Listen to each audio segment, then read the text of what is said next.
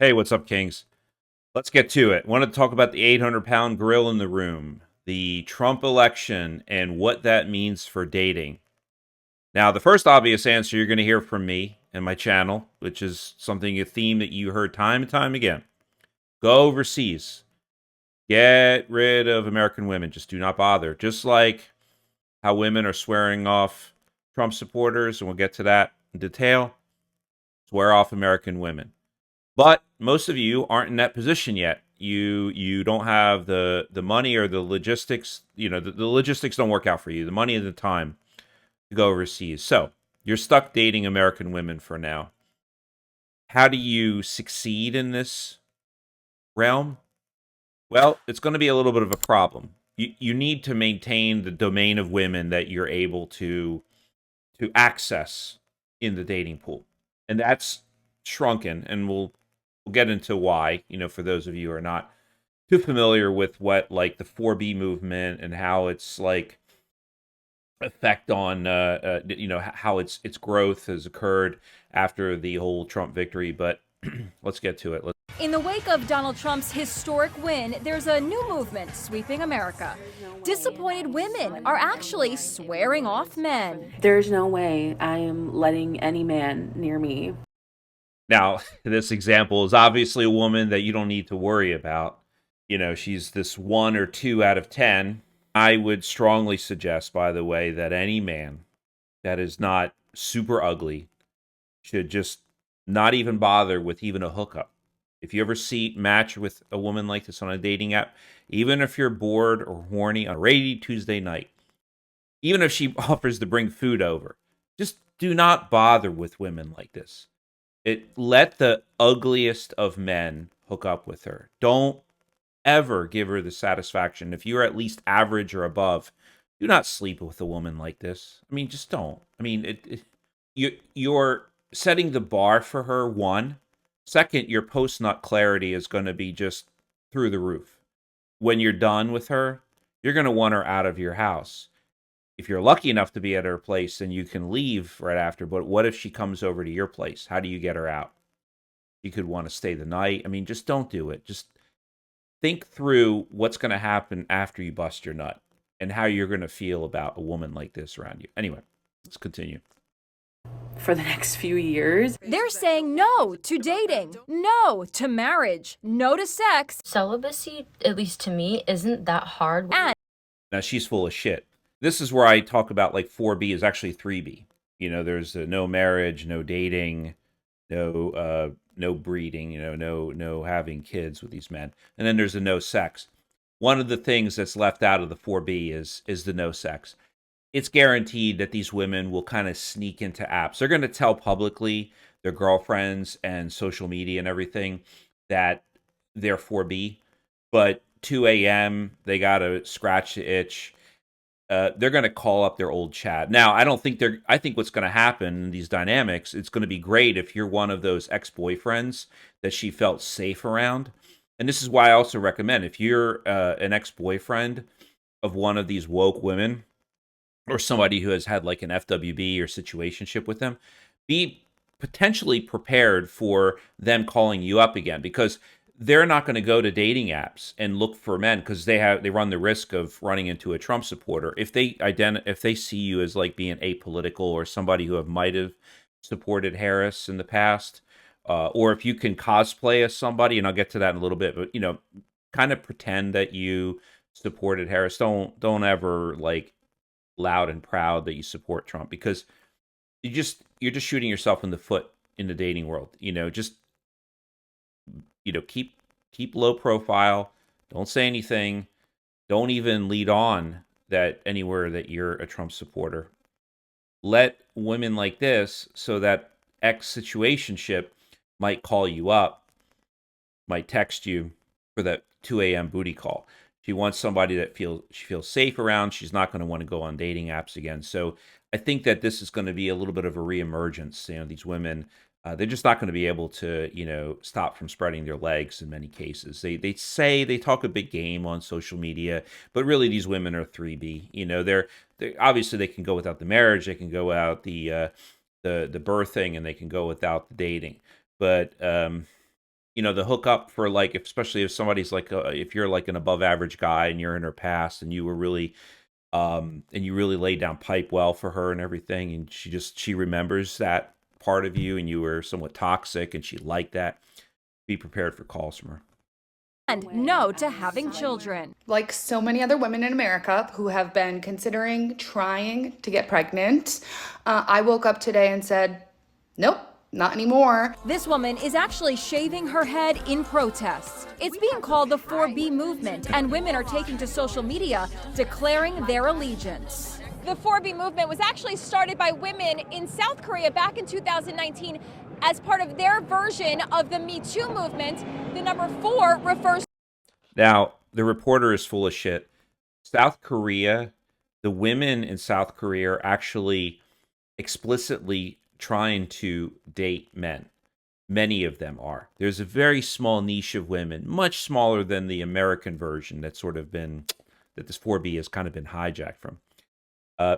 In many cases, though, the 4B is motivated from the inability to have dates and children and marriage because of financial reasons. Now, some of them probably don't like the way the men treat them and everything, but also men in South Korea are much. If American women think it's bad here, dating a South Korean guy is a lot worse.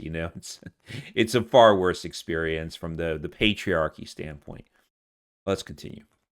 To dating, marriage, sex, and children.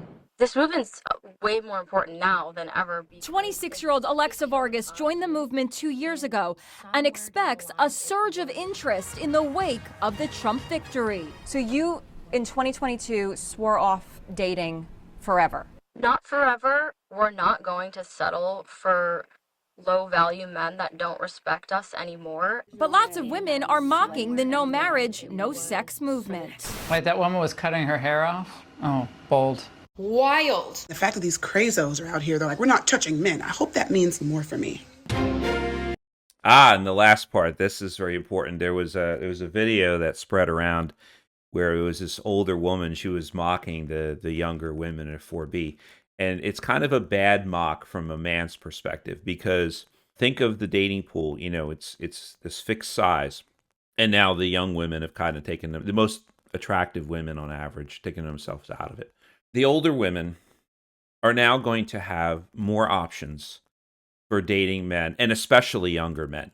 So I had another video about this, about how older men are cooked in the dating world because older women are kind of, mostly just sleeping around with younger men. Some probably try to get into relationships and they're unsuccessful, generally speaking. But they try to, get with younger men, and it just, it doesn't work out for them. So they give up or whatever. But yeah, this is problematic because these older women are going to, well, they may actually have a better time with men their own age, because those men their own age might have tried to opt for younger women, and that pool is shrunken somewhat. So the older women might have a better time and more options for men that are age appropriate. But this is just a net loss for men in general. Even if no matter how you kind of look at it, fewer women in the pool is not a good thing for domestic dating, and that's why, again, I stress: get your plan, get overseas. It's more than just getting your passport. You have to prepare yourself. I have videos on this, how to prepare yourself mentally, physically, financially, emotionally, all of the pinnacles of getting yourself ready. And don't just go and then find out and then like fall in love with the first woman you meet. No, you have to be a man about it and explore your options and find out the right person for you. But anyway, one of the ways that you can kind of get around not the 4B women, but the women who are more liberal that says, I just won't date the Trump supporters, because there's also that pool. So the pool is shrunken considerably. There's a chunk of it that's the 4B, and then there's a chunk of it that's the I never date Trumpers. And that probably has expanded somewhat, and it's more emotional. Like maybe they used to not vet as much. Now they'll probably vet a little bit more, whether or not you're a Trump supporter. Some of the most important points that I think that you have to consider. For the woman in question, however you meet her, I mean, if you meet her on dating apps, you probably just have to start out like cosplaying as a liberal. Don't be overt about it.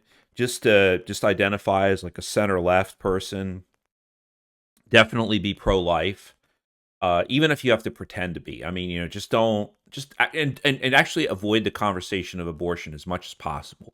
She's going to probably bring it up at some point, and uh, you have to be pro-choice. If I said pro-life, I meant pro-choice, of course. So you have to definitely be pro-choice about the subject. So whether you feel that way or not about it, and then also kind of like don't be so overt about it. Kind of just say like, it's a woman's choice. I like to stay out of that. It's her choice. I don't want to interfere in her choice. And something along those lines, and simple. If she's hardcore left and she doesn't accept that as good enough, then you probably just dodged a bullet. You don't need somebody who's like batshit crazy liberal leftist. You want to avoid that, because then she might find out that you're a Trump supporter or somebody who's moderate or whatever, or even just apolitical, and then she's going to go apeshit crazy, and she might even accuse you of rape, right? So you don't want to be in that kind of situation. So if she's just kind of like, a soft liberal, somebody who's just like, but now is vetting people for not being Trump supporters more, you need to kind of explore this option. So yeah, you just want to avoid trying to match energy with somebody who's hard left, especially if you get that like temptation that you haven't had a woman in a while, and there's this leftist woman that's talking with you at a social group or through the dating apps and everything. Just resist the temptation of trying to cosplay so overtly. It could spell trouble for you.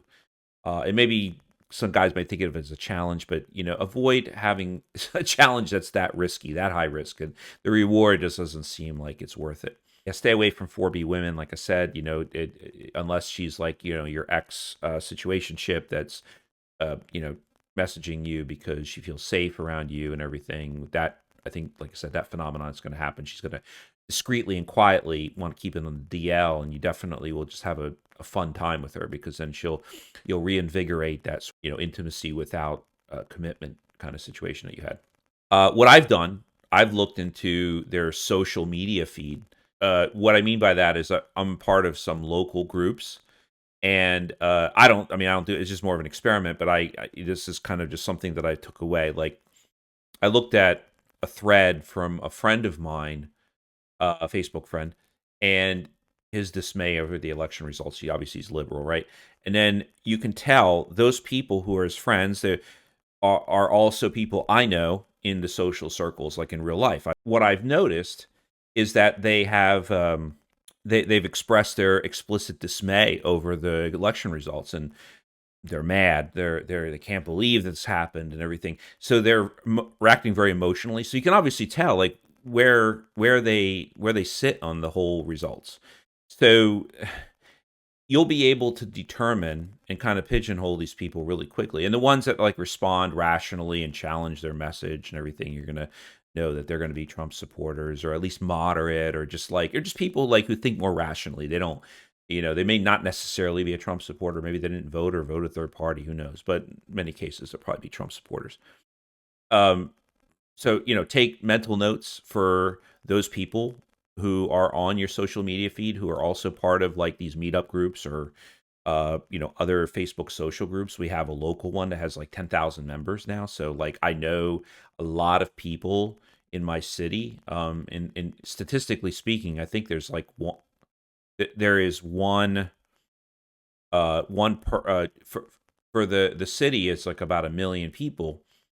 So there's 10,000 members. So 1 out of 100 are members of the social group. So it's actually, it's a decent proportion when you think about it from a social group perspective. Because a lot of times these social groups are only a few hundred people at the most, or whatever. So it's a tiny, tiny representation of the entire city. And this one, all walks of life. I would be very, very careful about even like dishing out any dirt about my own life on that social group, because that would come back to haunt me. So I keep a very low profile on it, but at least I can take notes for those who are kind of too expressive about their opinions. Anyway, that's about it. Take care, Kings.